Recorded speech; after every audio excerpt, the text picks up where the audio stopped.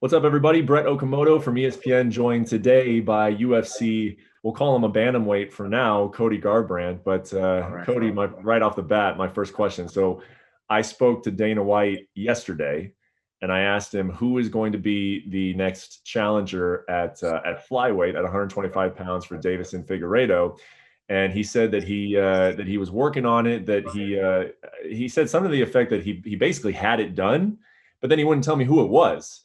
So then I asked him, is it Cody Garbrandt, though? Because, Cody has put it out there that he wants to drop down. And I think a lot of people would be excited to see that. And he said, anything is possible. So now I'll ask you, are you the number one contender at 125 pounds? From as far as I know, I don't have a contract in hand. We're kind of trying to wait on that with Ali and Dana and Sean and Mick. So I've actually been vocal about going to 25 for quite some time now. We spoke about it in the past before the Sun fight, and I feel like it's great. I'm able to do it now, early still in my career. I just turned 29. I'm able to go down to 25. Challenge and win that title there, and then go back up to 135 pounds and compete with the best of them there. So I feel like at a time of my life, of my career, it's very pivotal for me to make this, transition into flyweight and bantamweight. I don't think a lot of the flyweight guys can come up to the bantamweight and compete at the elite level that I am. Mm-hmm. So I'm very blessed I'm able to do that. And yeah, hopefully I get this shot against Figueiredo, whatever his name is. Great guy. I think that he's, a tough competitor. I just think I'm just way more skillful than him, and excited for the challenge at Task. And hopefully we'll get it done and I can get in the octagon before this year's up again. Mm-hmm. So just to be clear, you don't know if you're the number one contender, or what kind of conversations have taken place? Are you just kind of hoping and waiting for a call, or I talked to Dana when he was in Fight Island. He said that he'll work on it. And I've been speaking with Ali, my coach, Mark Henry, my coaches out here in Sacramento. So that's kind of the plan. Right now, I just got done working out, and I'm 145 pounds. So 20 pounds over, that's very doable. I don't cut weight to 135 pounds. I watch my weight the week of the fight. And so it's a lot of these guys are, cutting to flyweight. Walk around this weight, so it's the same. I can be very dangerous there and at 135 pounds. Like I said, I would love to go and snatch the 125 pound belt and then go up and fight Petr Yan if he's a champion when after I grab this belt in November. So what'd you do? Text Dana like right after the flyweight title fight? Yeah, I did. Yeah, I texted him. I was like, my weight was like really low, and I was like, we've been talking about it. Me and Coach Mark Henry, and you got to see like. You got to think, Jose Otto's dropping down. Like, these guys are big. Frank Yetter came up from 55. He's at 35. Like, and for me, I think that honestly, it'll help me just be more hyper focused on training, my regimen, my routine, my eating. So I feel like it's only going to benefit and help me out to, stay focused on, okay, here's another task to get down to 125 pounds and compete there, win this title, and then we'll figure out the rest from there. Whether we'll stay and defend it and be able to bounce up to 35. Obviously, man, if you're able to become a 2-division weight world champion, it's not many are world champions in their life or their career. I have the opportunity to do this, and I'm chasing greatness. I'm on a mission, and I've had the world championship tied around my waist before. I know what that feeling is. I know that I'm capable of doing it again at both weight classes. Mm-hmm. Yeah, so it sounds like that would definitely be the plan, is to compete in both simultaneously. And how do you think the UFC feels about that? Because sometimes the UFC isn't totally in favor of that, because that just means they have less title fights to fill up their schedule, right? But it sounds like you want to do 125 and 135. Man, Lord willingly, I can stay healthy and have longevity in this career. And I'm really finding that balance of off-season training, in-season training, and I feel like I'm just starting to hone my skills. Definitely incorporating Coach Henry and the guys in Jersey and the coaches and teammates in Jersey and also here in California. Just it's a good blend, good mix. I feel like I'm, the sport's always evolving. You have to evolve with it. And that's where I feel like I'm at in my career right now. I mean, I have a head coach. I have a, I have an offensive coordinator, defensive coordinator. I have every place set up, every coach set up for what I need to reach my goals and my dreams. And, they're along with the ride with me, helping me out through the whole process. And this is something that we both agree on. We all agree on, like I said, like a lot of times I fought on the card with Henry and DJ, they fought, and me and DJ weighed the same. And actually Henry weighed a couple pounds heavier than me on fight night, so I'm like, I am truly probably a flyweight. I don't really care to cut weight. It's not, I've wrestled my whole life. I'm able to do it. So why not? Why not? So, and I think Figueroa is a great opponent, great stylistically matchup for me. I can bring that speed and power to the 125-pound division, and it's going to be, I think I can be able to, reign that division for a while and simultaneously go through bantamweight and do the same. So I'm very excited for those tasks at hand and those, opportunities, to be a two-time, champ, two-weight champ. There's not many that's on the list. I think there's 4 or 5 of them that's done that ever. Mm-hmm. Yeah, well, I got to say that, like, I'm not in favor of extreme weight cutting, and so anytime people talk about moving down, like, there's part of me that thinks, that's kind of trending in the wrong direction. The sport should be going in the other direction where you cut less weight. But I do know that when you say you walk around 145 pounds, it wouldn't surprise me if Figueiredo is right there with you. That he weighs about that. I remember when TJ told me he signed the contract to go down to 125, he was weighing 155 pounds. Yeah, he was going to go down to 125 to fight Cejudo. So it sounds very manageable. The one thing in your situation that stands out, though, is that you were just talking about a kidney problem not that long ago. So, like, have you talked to, like, physicians, and how does that impact you or not impact you? Yeah, I have a great doctor, Dr. Jeffrey Hill, out here in Sacramento that we've done. I actually was put in the hospital 2 weeks before a Sunset fight again. We thought that the kidney infection came back. Actually, it just was a bacteria infection that happened in my foot again, kind of similar to the last one. I got blood cultures done in both arms. I had to spend 10 days in the IV fusion center getting antibiotic fluids to fight off the infection. I was on like 7 antibiotics when I was placed in the hospital, and finally we was able to get to with a really good infectious disease doctor here in Sacramento. And she, literally we tested. I was in and out of labs and tests and blood cultures to figure out where this infection was hiding at or how it was staying in my body. I learned a lot about myself and kidneys in a way.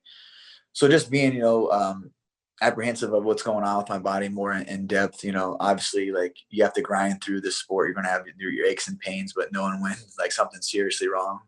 And I just, kind of put blinders onto that and just thought, I'm training hard this side. I'm going to feel, not knowing that my body was fighting a serious infection like that landed me in the hospital, nearly 3 times. But we got to figure it out. I got a great doctor that we check. We do blood culture, we do blood testing, my levels of my kidneys, my IgA. So we go in there every few months and do that. I met with Trifecta. They're going to be a huge part of this,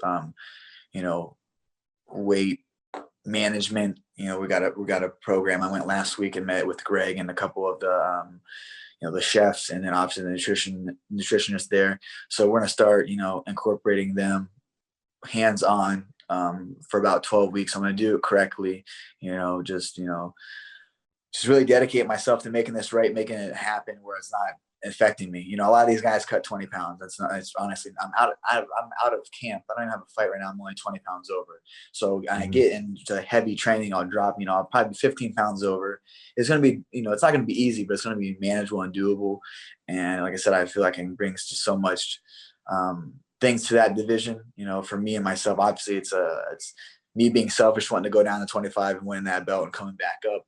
But, I think that it'll be great for the division. I know a lot of probably the 25ers will be pissed, but hey, there's a new sheriff in town and I'm coming for that title.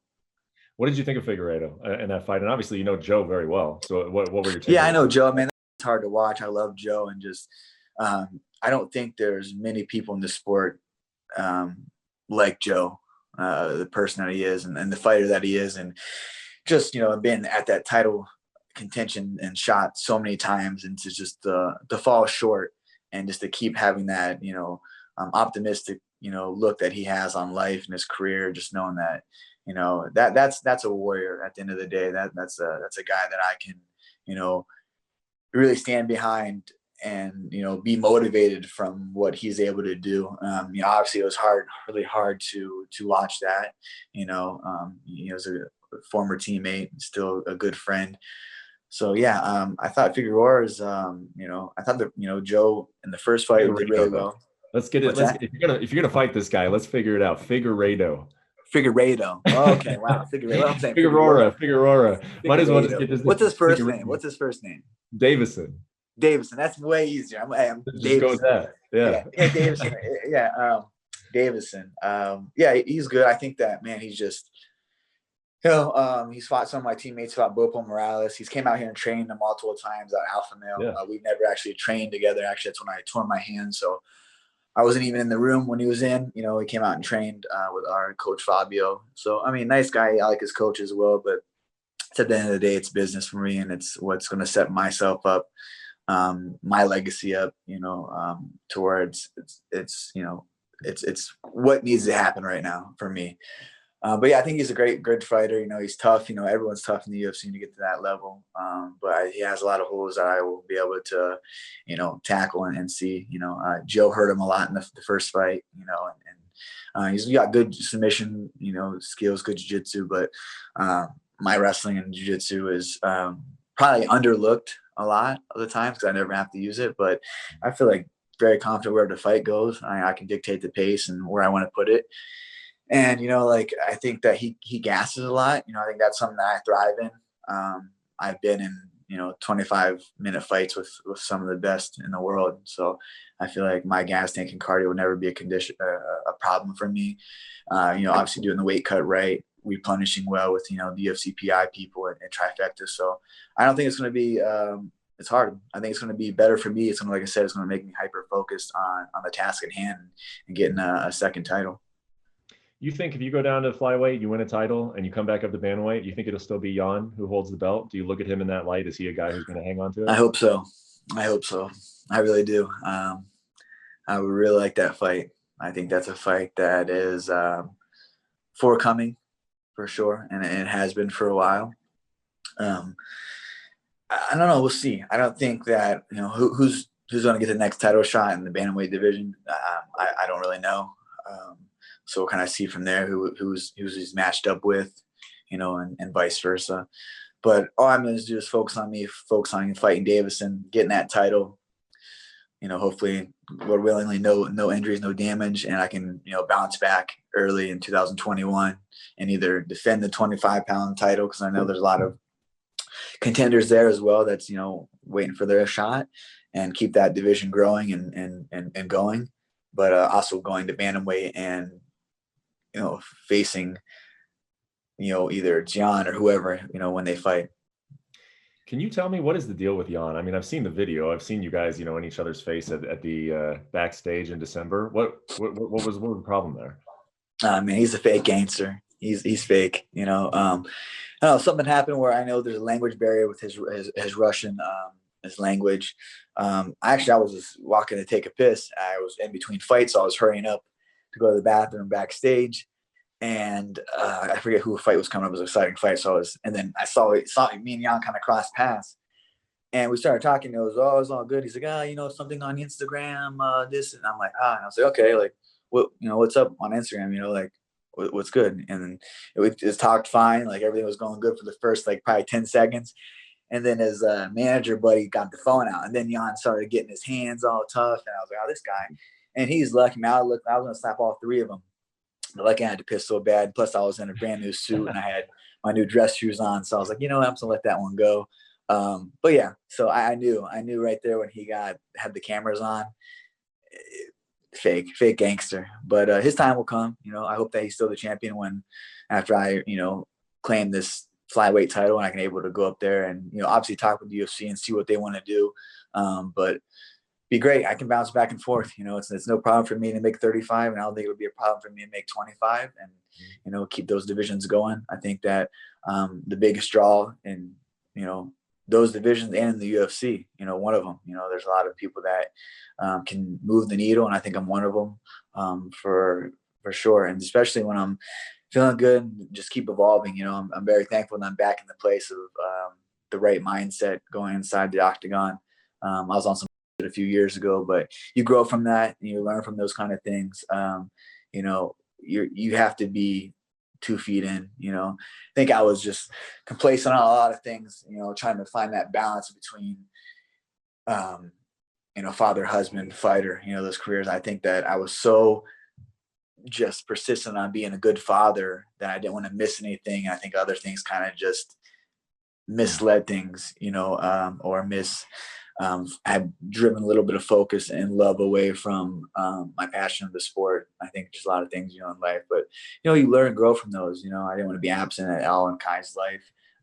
But now I feel like I have that balance really well, especially going to Jersey, sacrificing that for what I'm able to accomplish, or, with the opportunity. So it's a give and take, but I found that balance, and I feel like it's just unraveling. I think like a lot of good things are happening, just staying driven, focused.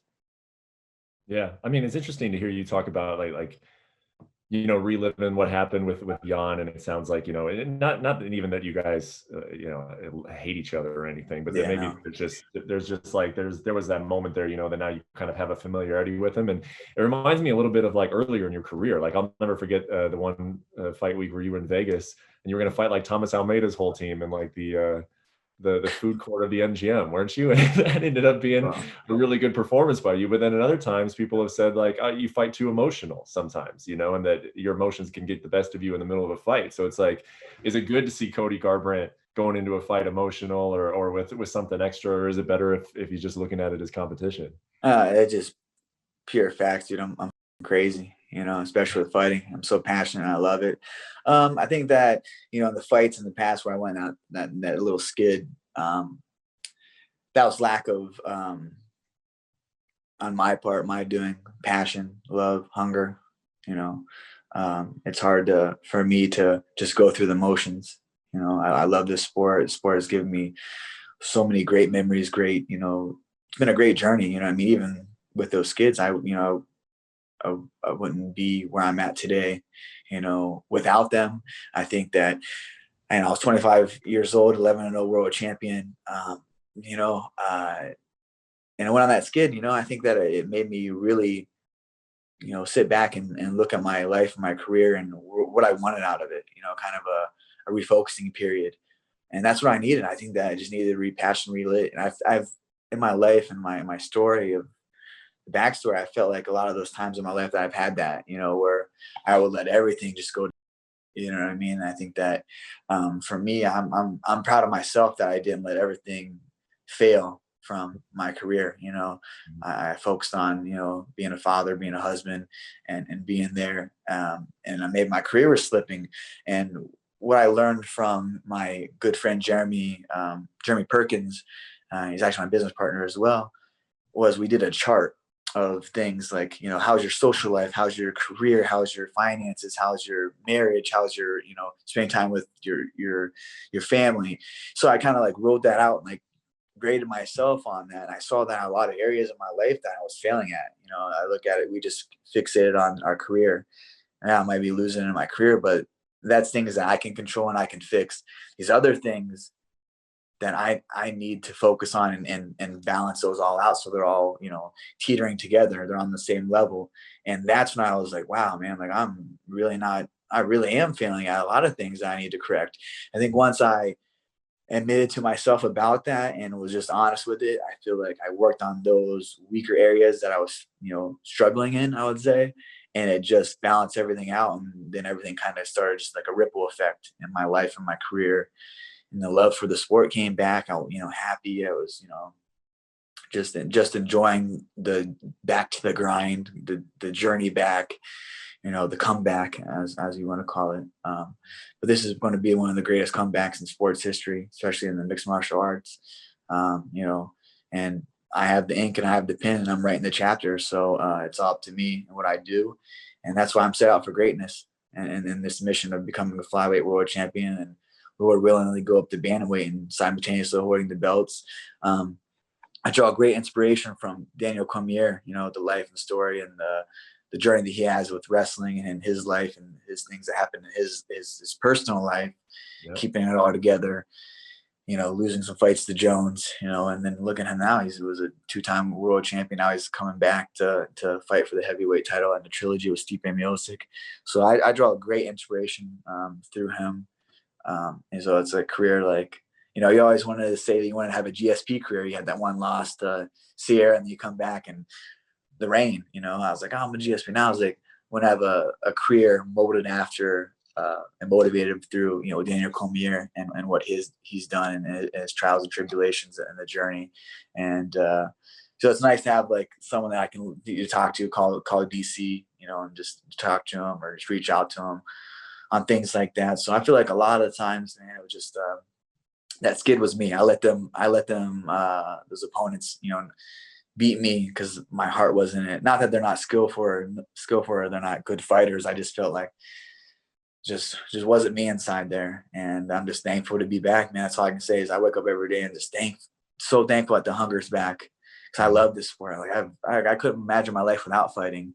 But I look back when I was a kid and fighting was all I had, whether I needed to fight or I was, you know, crawling back to the gym or, you know, it was an outlet for me. I always had that. So, you know, it's one of those things that you it's like a love-hate. It's like a love-hate almost. And I think you have to love it so much that you hate it.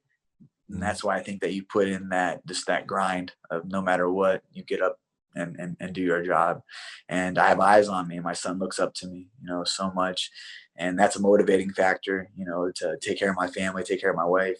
You know, she's amazing. I go away for, you know, weeks on end, months on end, and train. And she's just a rider. She holds it down. She, you know, teaches my son, you know, all kinds of stuff. You know, I come back, he's learning colors and alphabets, and he's speaking in sentences. And it's just, you know, you're a father, you'll see, you know, with as the months and years progress, that it's just amazing, you know, and thankful for technology that I can FaceTime him while I'm away from camp. That helps out a lot. But for me to go out there, it's nice to get away and just eat, sleep, train, and breathe MMA and be around Coach Mark and such a he's obsessed to win. He's obsessed to, you know, do his job and to making your dreams become a reality. So grateful for that, you know, Jersey crew, grateful for the Cali crew. Just excited to get back in the camp, get back into the grind, and hopefully we'll have a fight announcement soon, you know, and just go from there. Yeah. Well, hey man, I mean, you said it all right there. And I almost want to stop the interview there, but I think I do have to ask real quick, and this can just be a real quick one. Is Sean O'Malley even on your radar? Like, do you think you'll ever fight the guy? Is you just like kind of laughing at him a little bit? I mean, man, that guy's funny. You. I mean, what is your thoughts on Sean?